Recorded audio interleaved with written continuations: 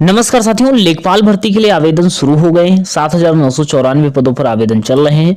जो लोग आवेदन करना चाहते हैं उसके बारे में बात कर लेंगे। कौन से डॉक्यूमेंट जरूरी हैं, अप्लाई कौन कर सकता है, आपका कंफ्यूजन खत्म हो जाएगा कि आप अप्लाई करें या ना करें। इन सब के बारे में हम बात करेंगे पूरी डिटेल से।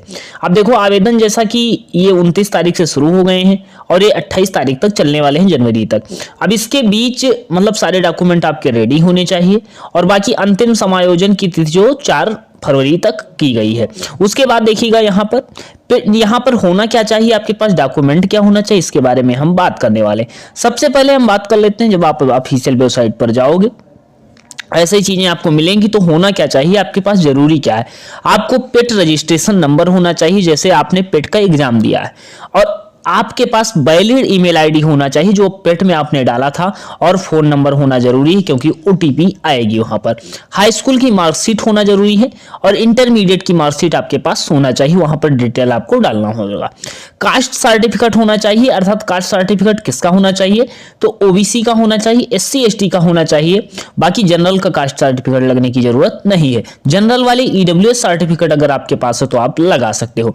बाकी इनकम सर्टिफिकेट होना चाहिए, ईडब्ल्यूएस सर्टिफिकेट होना चाहिए। ईडब्ल्यूएस सर्टिफिकेट जनरल वाले अभ्यर्थी जिनका जरूरी है, जो मतलब होना चाहिए। अब कुछ लोग पूछेंगे कब का होना चाहिए, तो जब तक आपका फॉर्म अप्लाई डेट है उससे पहले आपका होना चाहिए। तो यहां तक क्लियर है। अब इसके बाद हम बात कर लेते हैं बाकी आवेदन कौन करे, आवेदन कौन कर सकता है। तो आवेदन के लिए डॉक्यूमेंट कौन जरूरी, डॉक्यूमेंट हमने ये बता दिए। आवेदन कौन कर सकता है, तो आवेदन की बात आप सुन लीजिएगा। आपकी उम्र जो है 18 से 40 के बीच होनी चाहिए।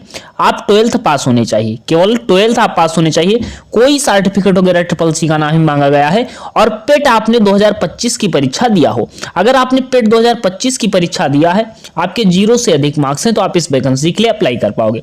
आप बाद में बैठोगे या नहीं बैठोगे ये आयोग डिसाइड करेगा, लेकिन अप्लाई कर पाओगे। 18 से 40 के बीच उम्र होनी चाहिए। बाकी अलग कैटेगरी में आपको छूट भी मिली गई है, जो आप अप्लाई करोगे वहां पर दिख जाएगा। और आपके 25 रुपए फॉर्म के लिए पड़ने वाले, तो 25 रुपए फॉर्म के पड़ने वाले। यहाँ अभ्यर्थी पूछ रहे हैं क्या सर हम अप्लाई कर दें या ना करें, क्योंकि 0 से अधिक लोगों को अप्लाई करने के लिए आयोग ने बोला है। तो अप्लाई कर देते हैं तो हम परीक्षा देना पाएंगे या नहीं पाएंगे। तो एक अनुमान के आधार पर हम लोग अनुमान लगा रहे हैं कि लगभग 30 गुना अभ्यर्थियों को बुलाया जाएगा।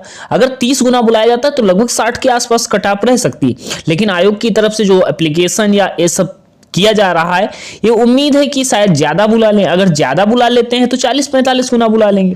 अगर 40-45 गुना बुला लेते हैं, हम 45 ना मान करके मिनिमम वैसे तो 30 गुना बुलाया जाएगा, लेकिन अगर हम मान लेते हैं कि 45 गुना बुला लेते हैं, तभी लगभग 3.5 लाख या 4 लाख हो जाएंगे। तब भी अभ्यर्थी पूछते हैं कि सर अगर मान लो हाईएस्ट आप अनुमान लगा लो कि अगर 45 गुना बुला लेते हैं तो लगभग कितना कट ऑफ हो सकती है, तो 55 के आसपास कट ऑफ हो सकती है। अगर 30 गुना बुलाते हैं तो कट ऑफ कितनी हो सकती है, 60 के आसपास हो सकती है। और 15 गुना जैसा कि इन्होंने कहा है, तब तो कट ऑफ 67 और 68 के आसपास हो सकती थी। तो कितना माने, तो इतना आप समझो 60 वाले तो सेफ हो। लेकिन यहां पर अप्लाई कौन करें, सबसे बड़ा क्वेश्चन ये है। आपके कितने भी मार्क्स है अप्लाई कर दो। जब आयोग 25 रुपए लेना चाह रहा है तो दे दो, कोई बात नहीं। अगर बाद में शायद आयोग कुछ करे या 5 लाख तक लोगों को बुला ले तो अच्छी बात है, आप पेपर दे देना।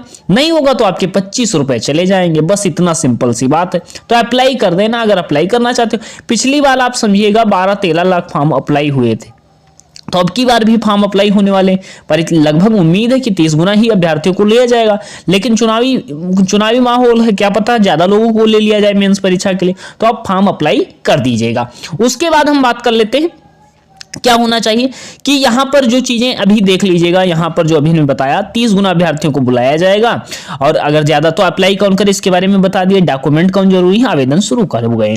तो बाकी आपकी कोई क्वेरीज है तो आप पूछ सकते हो। आपके कितने मार्क्स हैं, अप्लाई करना चाहते हो या आप पूछना चाहते हो कि अप्लाई करें या ना करें, तो कर सकते हो अप्लाई करने के लिए कोई दिक्कत नहीं है।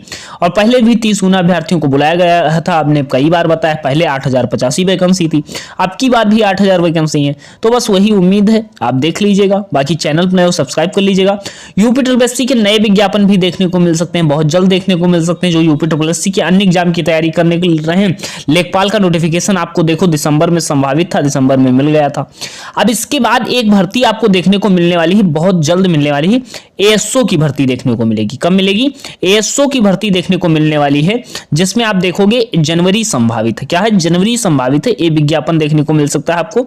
एक विज्ञापन आपको दिखा रहे हैं, आबकारी सिपाही या आबकारी विभाग में भर्ती देखने को मिलेगी, ये भी जनवरी में संभावित है।